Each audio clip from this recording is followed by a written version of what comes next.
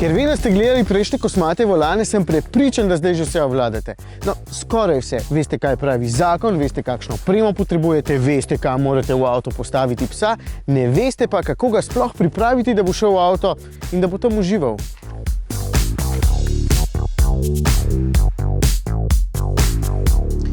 Peljem se v Naklo, kjer ima Kinološka zveza Slovenije eno od svojih postojank, tokrat brez psa, ker če ga pa tam ne bodo imeli.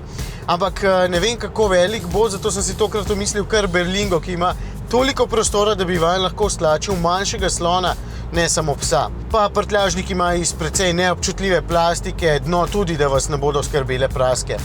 Verjamem, da ste zdaj nekateri pogledali svojega kosmatinca in mu rekli, ne gleda tudi on, da mu bo vse jasno.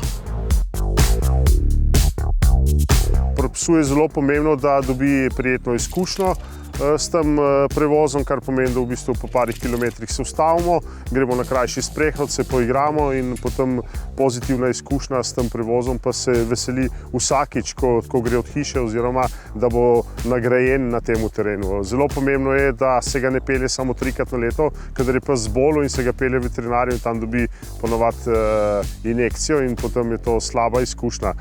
Potem bi pa začel povezovati, da pač gre nekam vedno, kadar ga mučijo ali trpinčijo v tem smislu.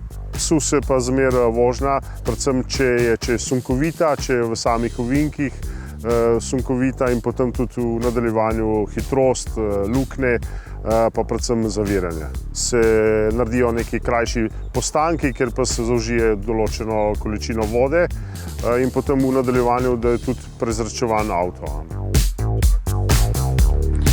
Če ima avto veliko prostora, sploh takšnega, ki je pravilnih oblik, velik in svetu, pes ne bo mislil, da ste ga postavili v klet, ker tam mu sigurno ne bi bilo všeč. Tukaj imam še tole mrežo, da pes ne bo rinil naprej in da bosta na zadnjih sedežih otroka varno sedela tudi med vožnjo. Sploh pa mi je všeč tale stropni predal, ker v njem lahko vozim povodce, posodo za vodo, še kakšen priboljšek, da se vse skupaj ne vozi tukaj le po prtljažniku. No in priporočam še takšno prevleko, da odbijat zadaj ne bo vas popraskan od krempljev.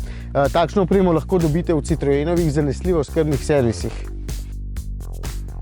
Odlična rešitev je tudi takšen boks, samo dovolj velik prtljažnik morate imeti. Evo, za družino in za psa si težko predstavljam boljši avto. Prid, greva, pojmo. Ne, noter mislim. Spet greva, noter, spet.